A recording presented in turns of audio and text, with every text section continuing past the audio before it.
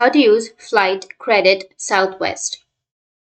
So if you want to use Flight Credit Southwest, then what you need to do is you just need to simply go with your browser and go with search. Under search, you need to search for Southwest Airlines and you need to go with www.southwest.com and it will take you to the official website. Now, once you're under the official website, you need to go with your flight. So you just need to simply select the departure, the arrive, the departure date, the return date, the passengers, and everything. And after that, you need to go with search. Once you click on search, it may have some flights. So you just need to simply go and choose a flight that you want.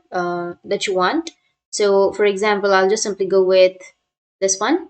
Now, if you scroll down, you'll have select next flight, or you will have a continue option. So you just need to simply go with continue, and you need to select your returning flights too, and then go with continue again, which is on the bottom.